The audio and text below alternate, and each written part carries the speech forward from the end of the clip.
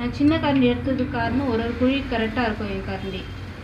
உங்களுக்கு நார்மலாக ஊற்றுற பழக்கம் இருந்தால் நீங்கள் பெரிய கரண்டிலே ஒரே குழியிலே எடுத்து ஊற்றிக்கலாம்.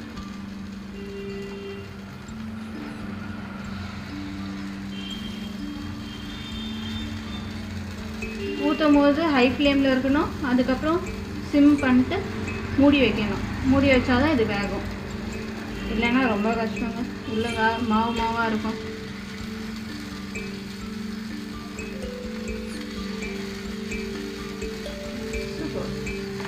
இப்போ இதை இந்த மாதிரி ஒரு மூடி எடுத்து மூடி வச்சுக்கணும். மூடிட்டு சிம் பண்ணிடணும். சிம் பண்ணிட்டு ஒரு 5 minutes வெயிட் பண்ணணும். ஃப்ரெண்ட்ஸ், இப்போ ஒரு 4 நிமிஷம் ஆயிடுச்சு. இப்போ நான் செக் பண்ணி பார்க்குறேன் எப்படி வந்ததுன்ட்டு. பார்த்தீங்களா, எண்ணெய் ஊற்றி கூட ஒட்டுது.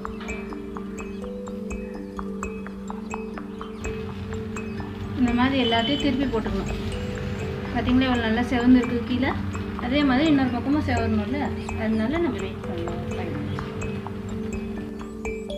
இப்போ இது ரெடி ஆயிடுச்சுங்க.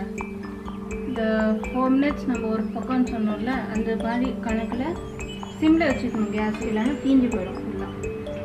இப்படி குத்தி குத்தி எடுத்துக்கணும் எல்லாத்தையும்.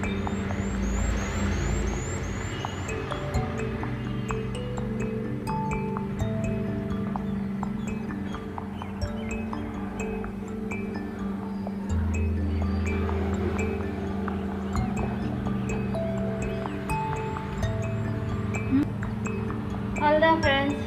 இந்த மாதிரி ஒரு தக்காளி சட்னியோ இல்லை கார சட்னியோ உங்கள் ஃபேவரட் அந்த சட்னி வச்சு நீங்கள் சர்வ் பண்ணலாம். தேங்காய் சட்னி கூட சூப்பராக இருக்கும். ஆனால் எங்கள் வீட்டில் கார சட்னி தான் இருக்கும்.